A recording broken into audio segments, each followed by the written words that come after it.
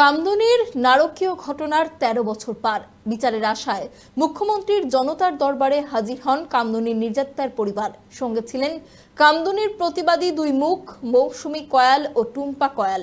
বিচার হবে এই আশ্বাস দিয়েছেন মুখ্যমন্ত্রী শুভেন্দু অধিকারী। ওরের মায়ের বড় গলা, শূন্য কলসি বড্ড বাজে বেশি, এমন করছে যেন আমি গিয়ে রেপ করেছি। ভাগ্যিস আমি মেয়ে ছেলের ওই, তা নাহলে বলতো আমি গিয়ে করে এসেছি। কোথাও যদি ছোট একটা ঘটনা ঘটেও সেটাকে আমরা সমর্থন করি না, নিন্দনীয় আমি সবসময় করি। 2013 সালের 7ই জুন কামদুনির ঘটনা নাড়িয়ে দিয়েছিল গোটা রাজ্যকে, কিন্তু দীর্ঘ সময় পেরিয়ে গেলেও বিচারের অপেক্ষায় দিন গুনছে পরিবার।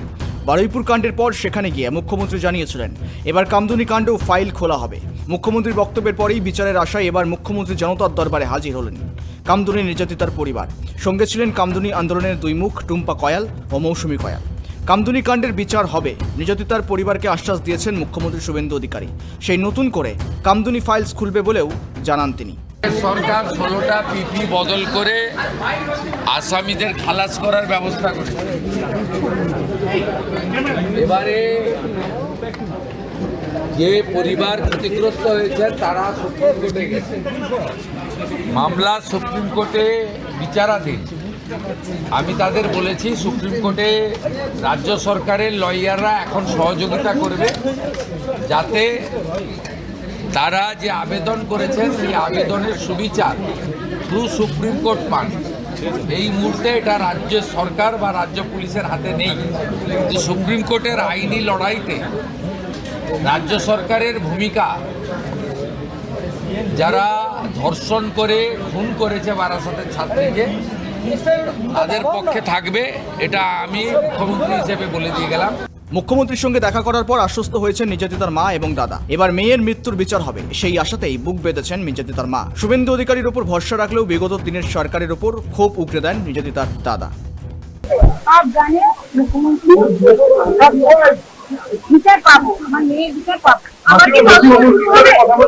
অত্যাচার করে আমার বোনকে মারা হয়েছিল কিছু অভিযুক্ত, এবং তারা লোয়ার কোর্টে পানিশমেন্ট হয়েছিল 3 জনের ফাঁসি এবং 3 জনের আমৃত্যু কারাদণ্ড।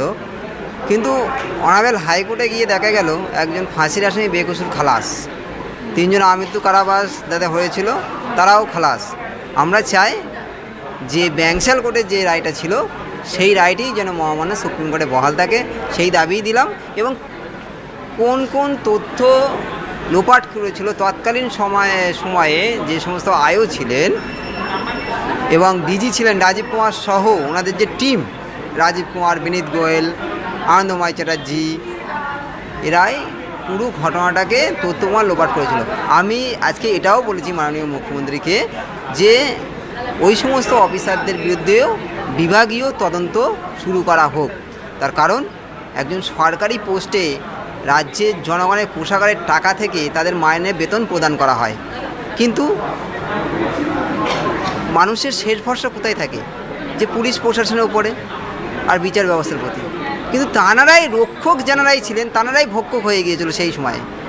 আমরা চেয়েছি যে ন্যায় বিচারটুকু যাতে আমার পরিবার পায়, এবং সমগ্র পশ্চিমবঙ্গবাসী থেকে শুরু করে সমগ্র ভারতবাসী এটাই চাইছে যে বিচার যেন কামদুনির পরিবার পায়।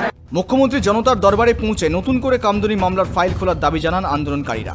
নতুন করে তদন্ত হওয়ার আশ্বাস দিয়েছেন মুখ্যমন্ত্রী বলে জানান মৌসুমী এবং টুম্পারা।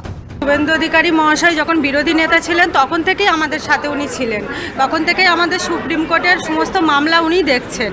যে ওখানে যে আমাদের জুনিয়র উকিল আছে না, বাঁশুরি স্বরাজ, সুষমা স্বরাজের মেয়ে, এবং সিনিয়র উকিল হচ্ছে সিদ্ধার্থ রুথরা, তো এগুলো সব দাদাই দেখছেন। তখন সরকারে আসেননি, তখন থেকেই দাদা আমাদের সাথে ছিলেন, বলেছিলেন তোমরা বোন বিচার পাবে। তো আজ যখন ক্ষমতায় এসছেন অবশ্যই জনতার দরবারে মৃতের পরিবার কিছু ফাইলস জমা করার জন্যই আসা হয়েছিল। তো দাদা আশ্বস্ত করেছেন যে আমরা বিচার পাবো এবং পুনরায় তদন্ত হবে, পুনরায় ফাইল খোলা হবে। আজকে যখন আমরা ওনার সঙ্গে মিট করলাম, উনি আমাকে বললেন যে আমার তো অজানা কিছু নেই, তোমরা যেমনভাবে আন্দোলন করেছিলে সেই আন্দোলনে আমিও সামিল হয়েছি, তোমার চিন্তা করার কোনো কারণ নেই। অবশ্যই যারা দোষী তাদের বিচার হবে, তারা জাস্টিস, তাদের অবশ্যই বিচার হবে এবং যত দ্রুত যাতে জাস্টিস মেলে সেইটা উনি ব্যবস্থা করবেন।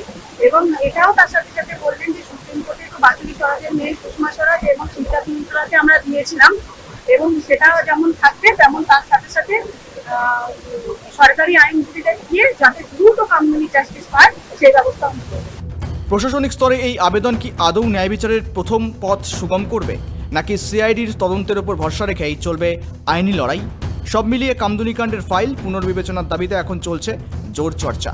2013 সালের সেই নৃশংস ধর্ষণ এবং হত্যাকাণ্ড কামদুনি কাণ্ড এবার তার ফাইলস খুলছে। বারুইপুরে মুখ্যমন্ত্রী গিয়ে বলেছিলেন এবং তারপর জনতার দরবারে বুধবার এলেন টুম্পা কয়েল থেকে শুরু করে মৌসুমী কয়েল, যারা দীর্ঘদিন ধরে কামদুনি নিয়ে আন্দোলন করেছিলেন এবং অত্যন্ত প্রতিবাদী মুখ। তার সঙ্গে নির্যাতিতার পরিবারও এলেন। এবার কি খুলছে তবে কামদুনি ফাইলস? সেই বিষয়টাই সব থেকে বড় তাৎপর্যপূর্ণ। ক্যামেরায় দেবরাজ দত্তের সঙ্গে সুপ্রীতি ভট্টাচার্য, রিপোর্ট কেটিভি বাংলা, কলকাতা।